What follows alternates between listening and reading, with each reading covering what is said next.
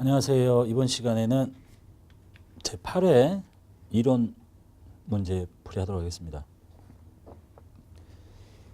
자, 다음 내용에서 가와 나에 들어가는 단어로 옳은 거. 재무회계의 목적은 이해관계자의 합리적 의사결정을 위하여 재무상태, 현금 흐름, 자본 변동에 관한 유용한 정보를 준다. 뭐예요? 재무상태, 경영성과 현금 흐름, 자본 변동에 관한 유용한 정보를 제공해서 누구의 수탁책임 평가, 경영자의 수탁책임 평가에 유용한 정보를 제공합니다. 즉 재무상태, 경영성과 현금 흐름, 자본 변동에 대한 정보를 주고 그다음에 이 경영자한테 이제 맡겨놨으니까 그 사람의 책임에 대한 평가에 대한 유용한 정보를 준다 이런 얘기네요. 문제 2번 볼게요. 중소기업 회계부서 회의 내용인데 회계 담당자인 최 대리의 답변과 맞는 거래 분석은 무엇인가?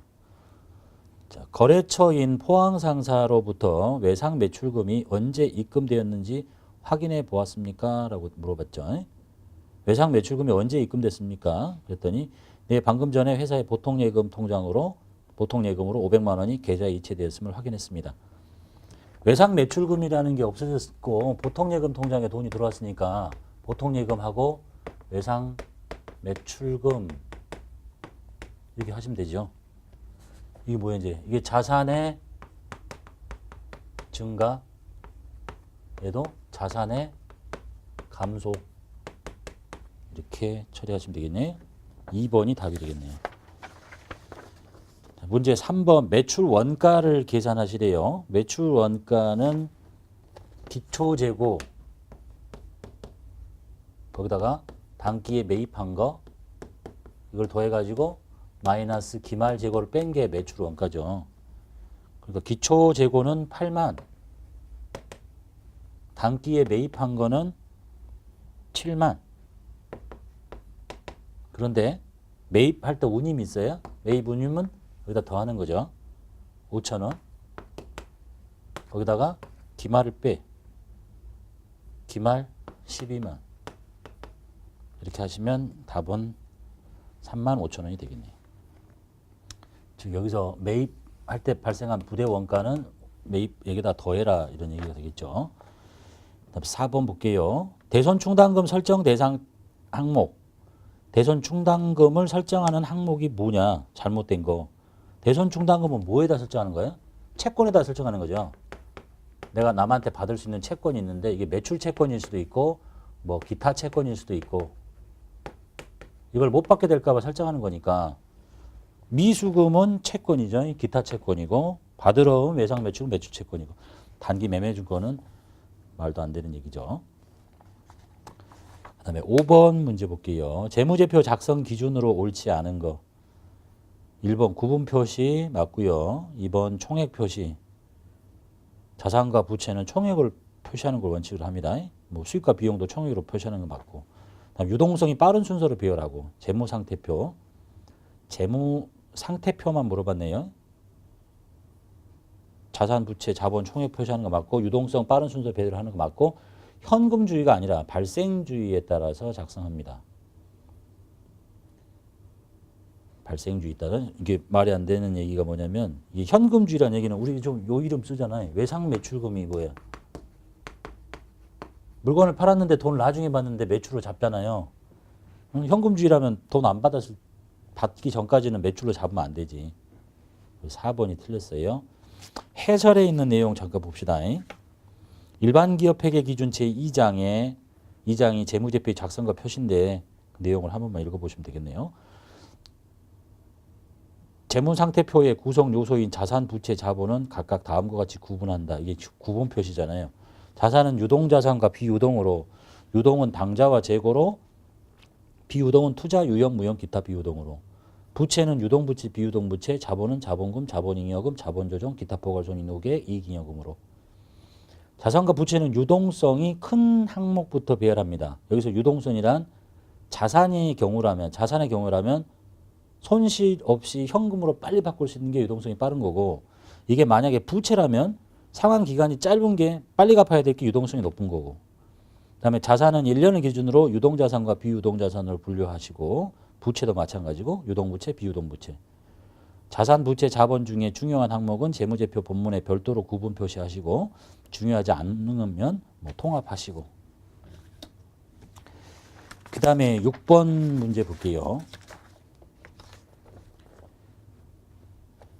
주식회사 한공은 당기 12월 15일에 단기 투자 목적으로 상장기업인 서울의 주식 100주를 1주당 만원에 취득했습니다. 이때 발생한 주식 거래 수수료는 2만 원이다. 이거 이제 회계 처리해보면 단기간 내에 매매 차익 목적으로 취득했잖아요. 단기 매매 증권이 단기 투자 목적이라니까 단기 매매 증권이고 100주가 만 원이니까 100만 원. 이때 주식 거래 수수료는 자산의 원가에 하지 말고 비용 처리합니다. 지급 수수료 금액은 2만 원. 이것이 뭐 현금으로 나갔다. 이렇게. 자, 이렇게 처리가 돼 있는데 기말에 공정가치가 12,000원이 됐어요. 이제 얼마짜리가? 만원짜리가 12,000원이 됐으니까 단기 매매증권을 20만 원 이렇게 올리면 되겠죠. 그리고 단기 매매증권 평가이익. 그래서 평가이익이 얼마냐? 20만 원 났다. 더 짧게 계산하면 이게 원래 얼마짜리인데요? 주당 만 원짜리인데 이게 12,000원이 됐대잖아. 2,000원 오른 거지. 몇 주가?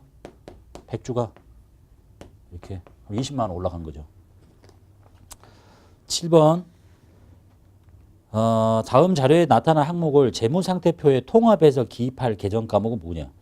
우편한 증서, 취득 당시 3개월 이내 만기 도래하는 양도소득 예금 증서, 타인 발행 수표, 당좌 예금 모두 다 현금 및 현금성 자산이네요. 현금 및 현금성 자산은 현금, 예금, 현금성 자산 세 개가 합쳐진 거죠. 현금에는 통화, 그 다음에 통화 대용증권, 예금에는 보통예금, 당좌예금. 여기 들어있는 게 취득 당시, 만기 또는 상환일이 3개월 이내인 여러 가지 양도성 예금 증서. 그래서 어디냐? 우편한 증서는 여기에 통화 대용증권,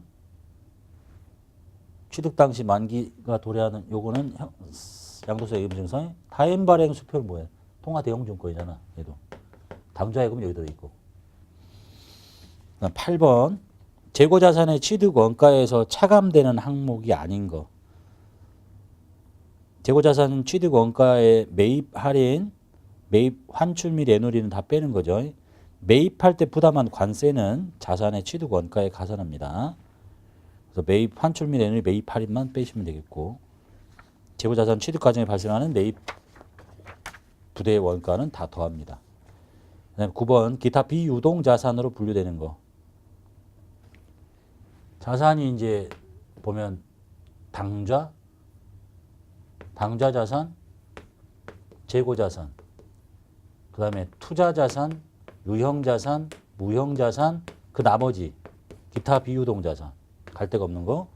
임차 보증금 여기 맞고요. 그 다음에 영업권은 무형 자산에 들어 있습니다. 여기 영업권. 기계장치는 여기 유형 자산. 매출 채권은 여기 당좌 자산. 장기 매출 채권 여기.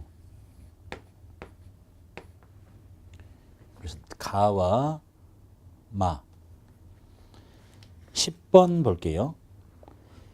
다음 내용과 관련된 붕괴로 옳은 것을 물어봤네요. 제품 창고가 오래돼서 외벽에 페인트를 칠하고 운송 효율을 높이기 위해서 엘리베이터를 설치했대요. 페인트 칠 관련 대가가 100만 원, 엘리베이터 설치 대가가 700만 원, 당좌 수표를 발행했습니다. 당좌 수표를 발행하면 당좌 예금을 빼내는 건 맞고, 페인트 칠은 수익적 지출이니까 수선비 처리하시면 되겠고요. 수선 유지비라고 되어 있네. 엘리베이터 설치는 자본적 지출이니까 건물이라고 하시면 되겠네요. 4번이 답이네요. 해설해 보시면 이제 이 법인세법 시행 규칙에 다음과 같은 것들은 자본적 지출의 예시입니다. 또 다음과 같은 것들은 수익적 지출의 예시입니다라고 법인세법에서 규정하고 있습니다. 한 번만 봐두시면 되겠죠. 거기에 두 번째가 자본적 지출의 엘리베이터 또는 냉난방 장치 설치, 본래 용도를 변경하는 개조, 그 다음에 엘리베이터 설치, 냉난방 장치의 설치. 여기서 말하는 냉난방은 에어컨 달았다는 게 아니에요. 건물 전체를 다 관리할 수 있는 냉난방 장치를 말하는 거예요. 뭐 피난시설 설치, 뭐 재해 등으로 인해서 멸실 또는 훼손돼서 본래 용도를 쓸 수 없는데 이런 것들을 다시 복구했다, 뭐 개량했다, 확장 증설했다 이러면 자본적 지출로 하시고, 그 다음에 오른쪽에 건물에 또는 벽에다가 도장을 했다, 페인트 칠했다는 얘기네요. 그 다음에 파손된 유리나 기와를 갈아 끼웠다. 그 다음에 뭐 기계에 소모된 부속품이나 벨트를 갈아 끼웠다. 자동차에 타이어를 교체했다. 그 다음에 재해를 입은 자산의 외장을 복구했다. 완전히 못 쓰게 된 걸 복구한 게 아니라 약간 뭐 벗겨진 거를 뭐 땜빵했다 뭐 이런 정도? 뭐 도장, 유리 삽입 이런 거를 수익적 지출의 사례라고 예시를 들고 있네요. 한번 봐두시고. 그 다음에 11번 볼게요. 영업용 트럭을 어음을 발행해서 외상으로 구입합니다. 대변에 기재해야 하는 계정이 뭐예요? 트럭을 사왔대잖아요. 그럼 트럭은 차량 운반구라고 하고, 차를 샀는데 어음을 발행했잖아요.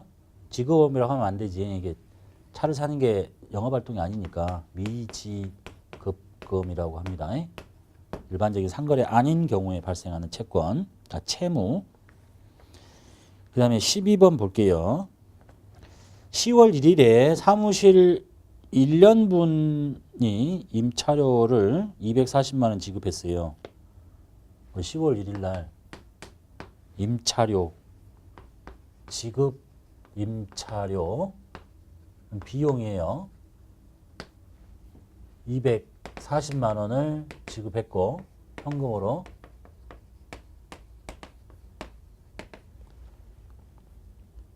그 다음에 12월 30일 결산 정리분계로 오른 거. 이게 이제 1년치니까 이 사람이 10월 달부터 내년 9월 달까지죠. 그럼 이렇게 해가지고 여기 좀 10월 달이니까 10, 11, 12 여기 3달이네. 여기 9달 있잖아요. 이쪽에 9달, 여기 3달. 그 전체 중에서 9달치를 빼야지. 240만 원 곱하기 12개월분의 내년 9달. 이 계산하면 180만 원이 내년 거죠. 그러니까 임차료 빼고, 임차료라는 비용을 취소시키고 보험료를, 임차료를 미리 준 거죠. 선급금의 성질을 갖네요. 그걸 누구와 함께? 임차료라는 비용과 함께 선급 비용, 또는 구체적인 이름은 선급 임차료 이렇게 할 수도 있어요. 더 큰 틀이고, 모든 선급 비용 성격 중에 이게 임차료니까 여기는 뭐라고 했냐? 선급 임차료라고 할 수도 있고, 여기처럼 더 큰 이름은 그냥 선급 비용. 자산이에요. 그 다음에 13번 볼게요. 영업이익에 영향을 미치지 않는 계정 과목. 영업이익은 매출액, 뭘 빼요? 매출 원가를 빼죠. 그러면 매출 총이익이라고 하고, 여기서 판매비와 관리비를 빼. 이익이 나면 영업이익, 손해가 나면 영업손실. 영업이익에 영향을 미치려면 요 위에 것이 있어야 되겠죠. 나머지가 이제 영업의 수익과 비용일 거고, 접대비 여기 들어있고, 이자 비용은 요 밑에 있어요. 영업외 비용. 그러니까 영업이익 계산에 필요 없죠. 보험료, 교육훈련비, 이자 비용만 영업이익에 영향을 미치지 않습니다.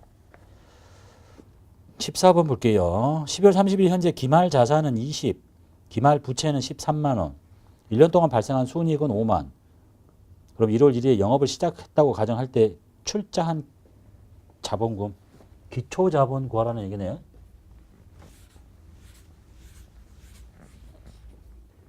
기초 자본이 얼만데 여기다가 열심히 사업해서 순이익이 나면 기말 자본이 되는 거고, 순손실을 빼도 기말 자본이 되는 거고. 그럼 이 사람 순이익 났잖아요. 5만 원 났네요.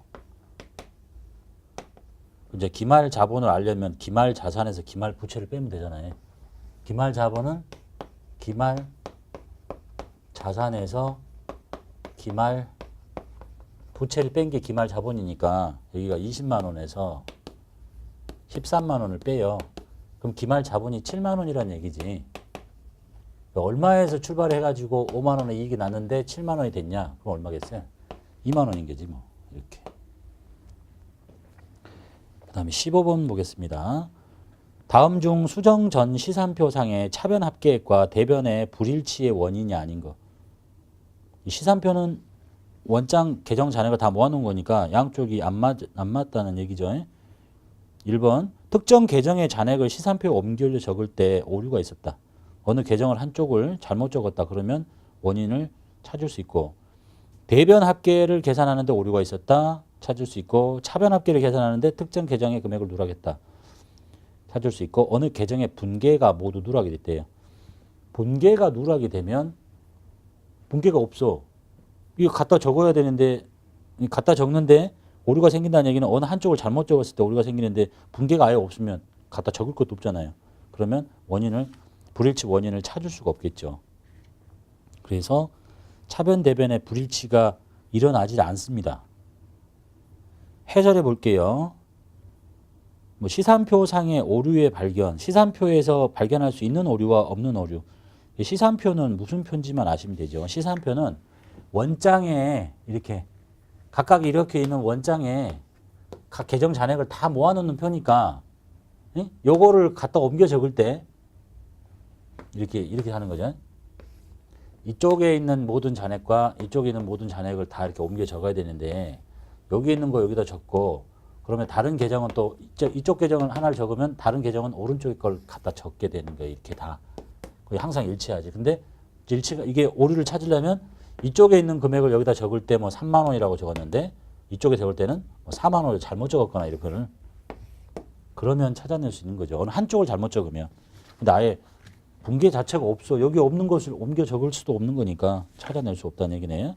시산표에서 발견할 수 있는 오류 보시면 원장에 전기할 때 차변 금액을 잘못 기록했다.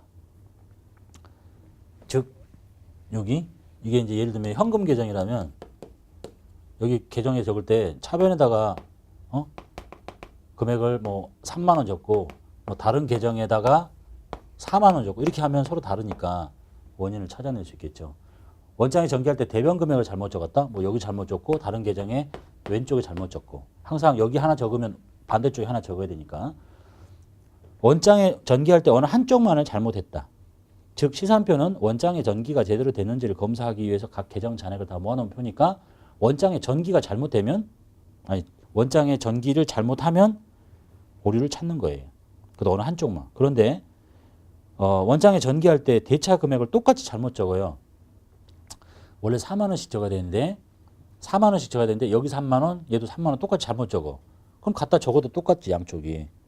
오류를 찾아낼 수 없고 그다음에 차변과 대변의 금액을 반대로 적어요. 이쪽에 적을 걸 이쪽에 적고 이쪽에 적을 걸 이렇게 적어놨어. 그럼 갖다 적어놓으면 양쪽의 차이가 안 벌어져. 그다음에 분계가 누락이 됐대요. 분계를 아예 안 했는데 오류를 찾을 수가 없고 한 번 해야 될 거 두 번 했어요. 그럼 차이가 안 벌어지죠. 똑같은 금액을 두 번 적게 되니까. 근데 네 번째 두 개의 오류가 우연히 상쇄가 돼요. 여기에 4만 원, 3만 원 이게 잘못 적었는데 그럼 차이가 벌어졌겠죠. 근데 여기 또 4만 원, 3만 원 또 잘못 적어. 그럼 우연히 딱 상쇄가 되면 못 찾아내는 거예요. 계정 과목을 잘못 적었다.